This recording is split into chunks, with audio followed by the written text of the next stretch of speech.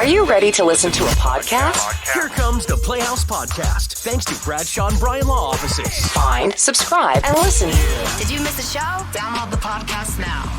Hey, it's Alayna J. What are your thoughts when you hear that kids are playing Kool-Aid pong? Yeah, beer pong, but with Kool-Aid. You've heard the saying, snitches get stitches. However, this snitch thinks that she's doing good in the world. Plus, one of our listeners saved a woman from a burning car. Yeah, all that plus so much more is coming up in the Playhouse Podcast, which starts now.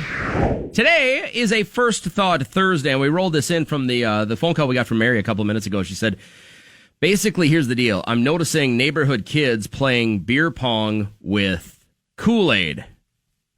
Should I be concerned about this? The age range, she said, was like from 7 to like 10 or 11 years old, and she was walking by, and they were playing, and it just kind of caught her off guard because, yes, that is a game that you play in college when you're going to get crazy, but I don't know. I just think there are so many other games that they could be playing. What if you saw the kids playing Tippy Cup? Is that the same thing?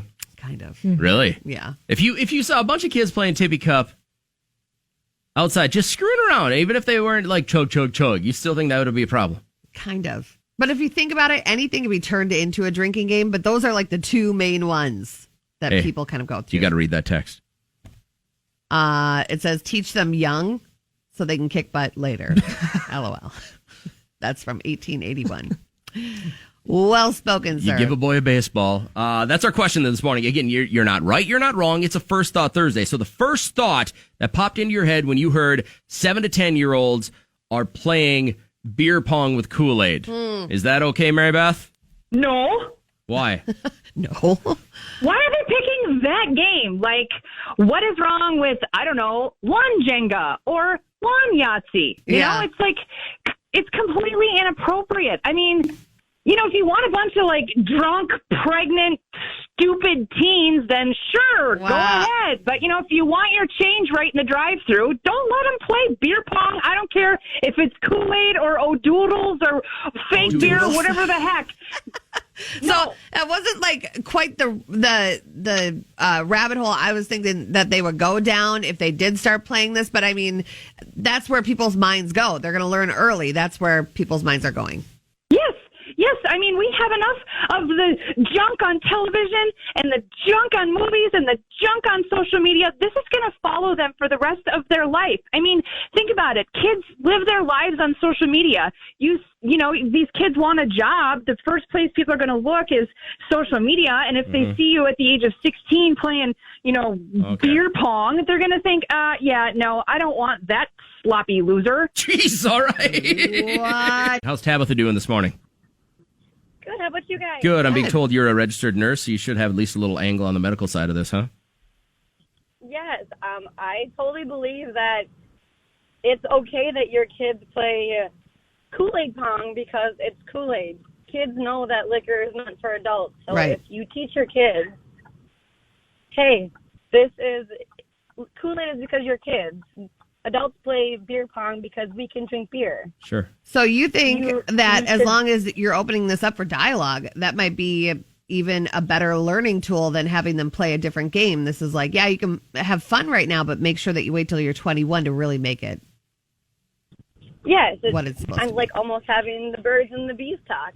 Right. I feel like if parents say, like, no, we're not going to do it because that's going to drive them to, or no, we're not going to give them birth control because then they're going to want to do it. Yeah. No, like, talk to them, have an open dialogue, and be like, we understand that females may need contraceptives for other reasons other than just to whatever. Yeah. So I think we did a First Thought Thursday on that a long time ago where it was about I think she was like 12 or 13. She wanted birth control because she had such bad cramps every single month. It was almost debilitating. She couldn't go to school. She just felt like, complete garbage for like 4 days a month, and it actually helped her out, and her dad was against it because he thought it promoted that. Yeah. But it's all about open communication, open dialogue with your kids, and you making sense of things. Tabitha, I hate to use you as the example here this morning, but you're the example of somebody who's way too smart for our show, and I'm glad you stumbled upon us. But you don't go away. You make too much sense, and you really up the IQ level of our listeners. So I appreciate you. Oh, you're welcome. And JJ, you made a good comment about, like, why don't they play slip and slide, or someone did, and it's like, well, slip and slide goes in a tippy cup, and then things get crazy for adults. Yeah, So I don't know if you've ever seen happens. the slip and slide that we put together with garbage bags and a little liquid soap back in the day, but those things are way more dangerous than a little beer pong. For sure. Yeah, absolutely. This way, and like I said, so for kids, should we stop taking away like their remote control cars and things like that, or that they like drive around because, well, they're not 16, so Need why for are they in speed. them? Yeah, good call. Hey, well, again, way too smart for the show, Tabitha. I'm going to let you go because I'm sure you have great things to do today, but I appreciate you. Yes, you guys have a good day. Thank you. Take care. I got time for one more call real quick. How's Brittany doing? I'm good. How are you guys? Great, thank you. What's your first thought on a First Thought Thursday when you hear, oh my gosh, the neighborhood kids are playing Kool-Aid Pong? Honestly, I think if it wasn't called beer pong, I don't think anyone would have a problem with it. Well, okay, so have you ever gone to Beverage pong. Yeah, y'all ever gone to an arcade? Some of these arcades have, it's like a one-way table, and the cups are stacked in the back, and you get a ping pong ball, and you got to, you know what I mean? And they just call it pong. It doesn't say beer pong, it's just pong. Yeah. Yep. I think there's nothing wrong with it. As long as they're playing with Kool-Aid and non-alcoholic beverages, if, they're 7 years old, there's nothing wrong with it. I think it's just because it's called beer pong that people have a problem with it. Put an elementary spin on it. I don't know how many times they're exposed to watching people play the real beer pong. Oh, it's online everywhere. You know what I mean? Yeah. I don't know how often my 7-year-old I guarantee he knows exactly how to play and what it's all about. Well, I'm sure he would know how to play if I showed him a video of it. But, I mean, like the drunken throwing up, I don't know how many videos they run into, so I think it's what they're exposed Brittany, to. by the way, if it was like strip pong between you and Kat, who would win? You. Ooh, I don't know. I don't know if I want to go up against Who Kat. would we want to win?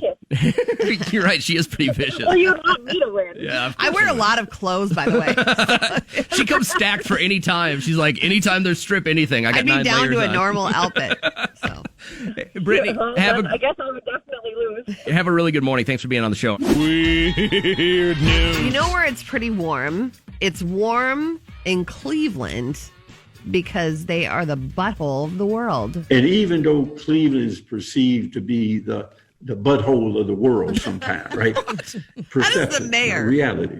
When you look at gross domestic product, Cleveland in the Cleveland region is a pretty wealthy area. It's very wealthy. Now, no matter where you're listening from, what if you heard your mayor jump on the radio and say, and even though Cleveland is perceived to be the butthole of the world sometimes, right? Oh, my God.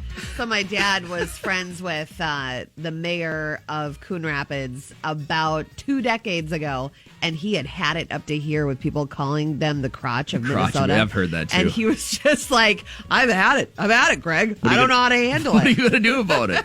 Hey, wasn't... My dad's like, I write letters. I will write a letter about this. I have some heavy stationery you can use. Hey, Yeah. wasn't Jerry... Jerry Springer? Jerry Springer, wasn't he the Cleveland mayor at one point? Was it Cleveland? Was it Cincinnati? Maybe it was Cincinnati. I think you're right. I think it was Cincinnati. One of them. Because I'm like, if this comes full circle, using the word butthole and Jerry Springer. What a link. A Minnesota woman, or Minnesota, I should not give her that credit. Michigan woman faces up to 10 years behind bars for encouraging others to loot and riot. She encouraged them to throw bricks at buildings during a Facebook Live video. She also drank stolen beer on this video and showed off new clothes that she had just stole. And police received a number of tips about the video. They took stills of it. They shot the screenshots to these officers, and then they found out who she was in a matter of time, and she was arrested. Now, I know this day and age, you don't want to put out there to the world that you judge people, but there are 3 different people that I judge, okay? And I'm going to put it out there because I know I'm not alone. People that smoke while they're getting gas or when kids are in the car. I judge them right away. Yeah, if you're smoking at the gas pump, you're asking for it. People that are over 37 that TikTok dance. And then also anyone that Facebook Lives their crimes. And then they're surprised when they're busted about it. You know what I mean? It's just like, you got to think. And that is what's weird. We talk about it every once in a while. Just like, stay positive. Tell us something good. Just try to keep it light because some people use the radio as this is where they go to just kind of escape for a little bit. We understand that. You hear music and you want to, I mean, the world's heavy right now. There's a lot going on. You can go to your news stations and get your news and everything that is happening right now in 2020, or you can come to us and we'll talk about duty but we want to know every day, you're doing your part, and maybe you don't tell anybody. Maybe no one knows. It's okay to toot your own horn, but I want to know what good you're doing in the world. Okay, what about you? You want to start then? What good are you doing in the world right now, Kat? I feel like, one, I am raising someone that will make a difference in the way that, people are. I'm doing my job as a parent is how I look at it, when it comes to how you're raising your kid to be tolerant of certain situations. You feel like you're giving extra effort so that he understands love and harmony and compassion and equality? That's what I want, and that's what I feel like I'm getting from him. He's such a sweetheart. So that would be one that I'm putting out there to the world. Discussed how I gave back when it comes to the GoFundMe's down in Minneapolis. Picked 3 and just gave $50 to each. And any amount of money goes a long way for these people that are trying to rebuild. So I think those 2 things, if I had to say something. So, Alayna, how about you? Yeah, I mean, I give money every month to United Way, also to St. Jude. Yeah, me I too. give money there. Love St. Jude. I would also say, too, with me going thrifting, especially when I go to the bins, that's kind of the last resort for a lot of those clothing items. So I'm saving a lot of those items from going to the landfill. Okay. A lot of my clothing is all thrifted. I don't buy a lot of things new. A lot of the things in my home are all used. So you are upcycling. Yeah. Which is great. Okay. I agree with Kat about having these discussions with our children. And what I love is that my kids come home and they aren't seeing color. They always talk about their friends of different races and different religions and stuff and how they've learned about those, and they're not judgy. They're just like, oh, they're just different than me. You know what I mean? And I'm like, well, because they worship a different God or they worship a different way, it's different. It doesn't mean it's right, it's wrong, whatever the deal is. It's just we've all got our little differences, right? Maybe it has nothing to do with the protests or anything that's happening in Minneapolis. Maybe it has nothing to do with the frontliners for COVID-19. What are you doing that is making the world a little bit better? And I feel like coaching baseball, helping these young men, develop into to strong members of our community and understand what teamwork is. And I'll tell you what, coaching travel baseball teams, there is a tendency there to see these kids get a little cliquey and to only want to be with their 1 or 2 or 3 friends and get a little exclusive because they are just dumb little kids. Yeah. But being able to try and coach that out of them and show them how to be inclusive of everybody is been a little bit of an eye-opening situation for me over the years. So we wanted to turn it over to you. Like, what do you feel like you're doing right now that is doing the world some good? 2386 texted, I'm part of that group that you're talking about all morning, going to the cities to help volunteer, handing out non-perishable food items and cleaning up. So strong. I mean, the people that live in those communities appreciate it so much. The thousands of people that are going down there, scrubbing off graffiti and cleaning up the glass and helping keep things safe and looking somewhat okay right now until other people can get in and really do, their job. But that's huge. What are you doing to make the world a little bit of a better place? Amy, what do you do? I tell on people that aren't following the rules. I think some people just need to be reminded on how to act because there's a lot of people out there that either forget or they do things on purpose and they just need little reminders. So how many times a day does someone call you a Karen? Once. Yeah, once a day. Right. That's a good average. Okay, so give me an example of how you tell on people, will you? For example, this one guy saw him ding a door in a parking lot. He looked around to see if anybody saw him, and then he moved his car. And I was just like on the other side in my car, so I took pictures of him and then left a note on the car's window with my number. And then they were able to track that guy down. Okay. Why do you think this is your bobber to watch? Why are you doing this? Because if it happened to me, if somebody hit my car, I would want to know. I don't mind that one. I don't mind that you were looking out for somebody because how would you feel if you walked out and your car had a huge dent in the side of it? But it's not your bobber. You're just a tattler. But who cares? Now she has picture evidence for insurance. We gotta look out for each other. Yeah. What else are you doing to, tell on people? We were at the movies a couple months ago, and this woman was breastfeeding at the movie theater, which is fine. Like, good mama. But her milk, dripped on one of the chair's armrests, and I said, you should probably wipe that up. She says, no, it'll dry. And I'm like, oh. So I had to tell the manager because could you imagine? Again, this isn't your thing. But it's a public place and it dripped on. I would have said, that's weird that she said, don't worry, I really it'll appreciate dry. you listening to the show, but this is about the most Karen move a Karen could make. I don't care. I'm not going to be putting my arm in dried up breast milk. You are. Now, Alayna, yesterday was the big day. Your little man, Avery, walks into the bathroom, goes, Leroy And after you stared him down for 40 minutes on the potty, he finally pooped. Yes. Oh my And gosh, I was so proud. To celebrate, you gave him high fives, and that's it. No Snickers, no anything else. He got extra bacon. Hey, that's a I'll do it for motivation, man. bacon. I'll come over and poop at your house. I will poop right on this chair right now for some bacon. I mean, I got no problems with that. How's Caitlin doing this morning? Hi, I'm great. We're talking about latest big accomplishments, maybe in like the last 6 months. What's yours? Yeah, so I got on the dean's list at SDSU. That a girl. Congratulations. Yeah, thanks. I'm a mom of 4, so it's a big deal. Wow. What are you majoring in, Caitlin? Elementary education. That a girl. So you said, all right, I'm having my babies, and then I'm going to go back to school, and then I'm going to teach more little kids. Yep. Yeah. So did you have a degree before this, or had you never gone to college? No, I started college right after high school and then had a couple kids and went back. Yeah. Wow. I can't Amazing. even imagine doing that workload, having 4 kids. We have a company that encourages you to go back to school, so they help you with your tuition. Yeah. And we had a girl take advantage of that, and she had 3.5 kids, so she was pregnant while she was going through the process, and she went back to get her bachelor's, Melissa.